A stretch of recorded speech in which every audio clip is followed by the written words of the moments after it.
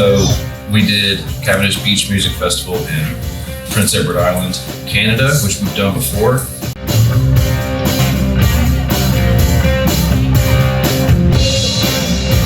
Every time we go to Canada, I realize how much Canada is like its own world. They have their own food, they have their own music. We walked up on this bar that had this cover band playing, and this cover band was just a bunch of dads just up there playing, and their set list was so good.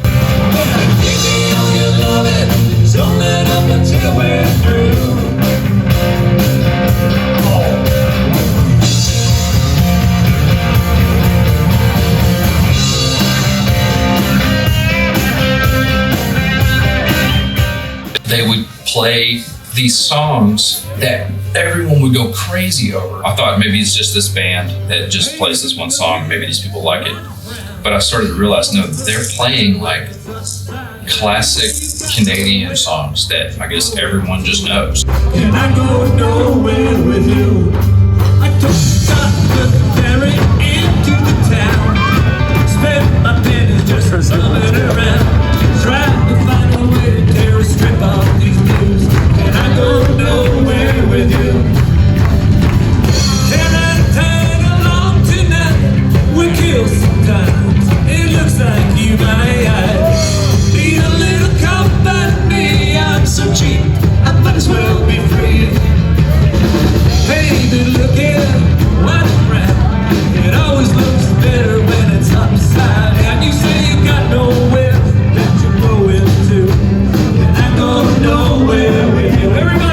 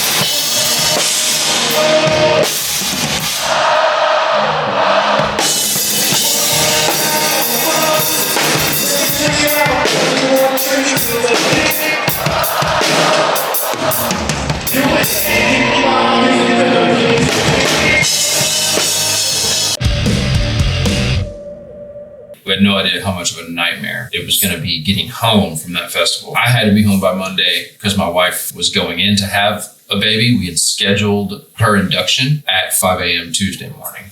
Our original flights were Sunday. We woke up at 3 a.m. to get to those flights. We flew from Charlottetown to Toronto, and then our flight out of Toronto were canceled. So we were stranded in Toronto for an extra day. The Toronto airport, I'm still having like traumatic flashbacks thinking about the people who were stuck in that airport today. Toronto airport is the most screwed up, messed up, complicated airport. You can't even leave without being let out by an employee. We kept walking past this super long line that we couldn't tell what this line was for. An employee told us that was the line to leave the airport. You can't even leave the Toronto airport without being let out by an employee. We found a lady to sneak us out the back. Walk past that whole line, get to that. Thank you so much. You could look over and into the baggage claim area, and you just saw bags piled up from passengers who weren't there yet to pick them up. It required so much walking, so much more than any other airport. Man, this airport is the most confusing to walk around and the hardest to get around. And they're ridiculously understaffed, so there is no one to ask for help. This is the Canadian domestic side. We would have never found our bags if Rain had not wandered through that door. At one point, I looked up and noticed a fire alarm was going off, and no one even cared. I woke up super early the next morning and attacked the airport again. Out of 8 people, only 2 of us made it home that day. The only reason I made it home was because of my global entry. I've never even used my global entry before until that day. Flying from Toronto to Dallas, you have to check your bags, which is over an hour long line. You have to go through security, which is way over an hour long line. And then you have to go through customs, which is another over an hour long line. I just knew there's no way I'm going to make it if I stick with the group. I didn't have to check a bag. I had my global entry. I just needed to find the global entry line. Once I found it, there was about 40 people in that line. I didn't realize how bad Toronto Airport actually was until I started Googling it. I started reading headlines that were even posted that week about it was chaos at Toronto Pearson, how people were stranded for days at Toronto Airport. Thanks to global entry, I made it on the plane, made it to Dallas, made it to Austin, and then made it home in time to get a half night of sleep and wake up at 3 a.m. on Tuesday to be at the hospital by 5 to have our second daughter.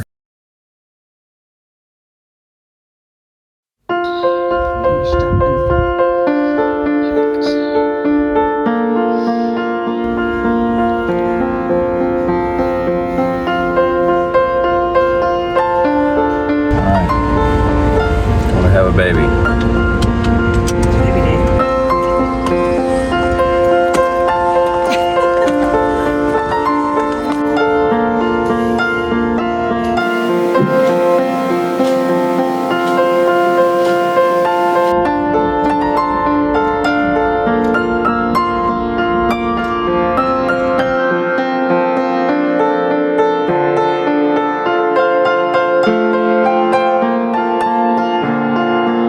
We have been here at the hospital for 14 hours.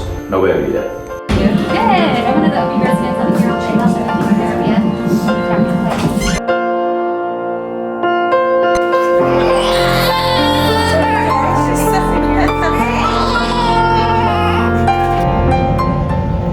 So glad you're here.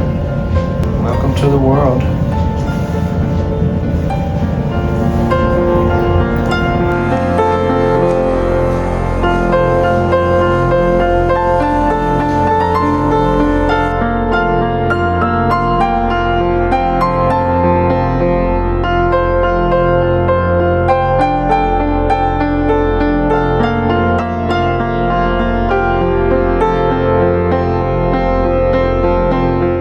Baby just woke up for her 4:30 a.m.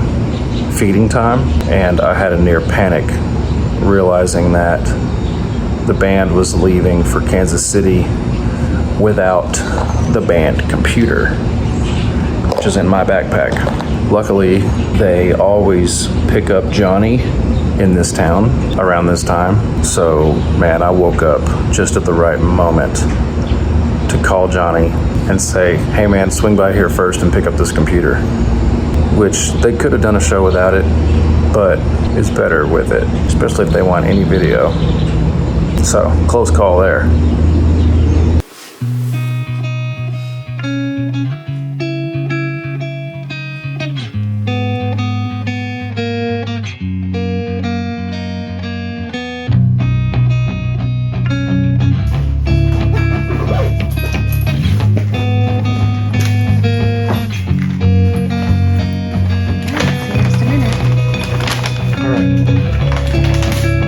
We have finally been discharged and get to go home. Dusty's putting all the bags in the car, and then he's gonna come back and help me with Owen. I'm not allowed to carry her down in the car seat. They said Dad has to, so they want me just to walk myself. We are gonna go home and relax with Parker and Rose. I miss them so much. They got to come up yesterday, which was really nice. Pretty sure Rose thinks Owen is her baby, which was hilarious, but we are very tired. Last night was a rough night. Owen did not sleep much. I think she would have slept just fine, but there was a lot of interruptions throughout the night. So I think tonight will be better with just fewer interruptions. We are officially discharged from the hospital and time to get the car seat.